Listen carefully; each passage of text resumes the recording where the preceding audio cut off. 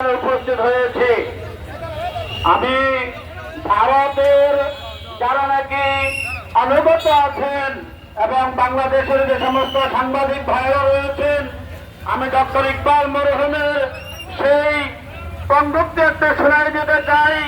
তিনি বলেছিলেন, চীন আরব হামারা, হিন্দুস্তা হামারা, आसानी मिटाना नाम निशा हमारा, मगरिब की वादियों में घुटी अज़ा हमारा, आसानी ही मिटाना नाम निशा हमारा। সংগ্রামে উপস্থিতি, এই ভারতবর্ষের মুসলমানদের শাসন ছিল। এই ভারতবর্ষের মুসলমানরা দীর্ঘ শতাব্দী পর্যন্ত শত শত বছর শাসন করেছে। হিন্দুরা যদি এই কথা মনে করে এই দেশ আমাদের, এটা তাদের ভুল হবে।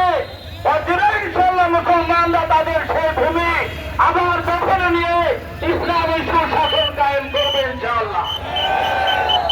আজকে যারা এত বড় মারাত্মক দুঃসাহস দেখাইতে পারে, আমাদের নবীজির বিশ্ব নবী, যিনি মানবতার শ্রেষ্ঠ দিয়ে এসেছিলেন, যিনি সমগ্র মানবতার মুক্তির দূত হিসেবে এসেছিলেন, যিনি সর্বসম্মতিক্রমে পৃথিবীর সমস্ত মানুষের জন্য হেদায়েতের রাস্তা দিয়ে এসেছিলেন, এমন নবীর চরিত্রের উপরে এমন মারাত্মক কথা বলবে আর ওই দেশের সংসদ সদস্য সেটাকে সমর্থন করবে, এটা পৃথিবীর কোন মুসলমান বরদাস্ত করবে না।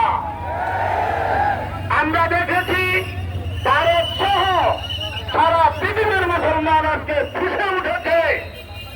এটাই তাদের ইমানের দাবি এবং এটাই ইমানের চাহিদা। রাসূল করিম সাল্লাল্লাহু আলাইহি বলেছেন, লা ইউমিনু আহাদুকুম হাত্তা আকুনা আহাব্বা ইলাইহি মিন ওয়ালিদিহি ওয়া ওয়ালাদিহি ওয়ান নাসি আজমাইন। আমরা যদি প্রকৃত মুসলমান হতে চাই, তাহলে আমরা আমাদের জানের চেয়ে, আমাদের সন্তানের চেয়ে, আমাদের পিতামাতার চেয়ে আমরা রাসূলুল্লাহ সাল্লাল্লাহু আলাইহি ওয়াসাল্লামকে বেশি ভালোবাসি। এটা আমাদের আজকের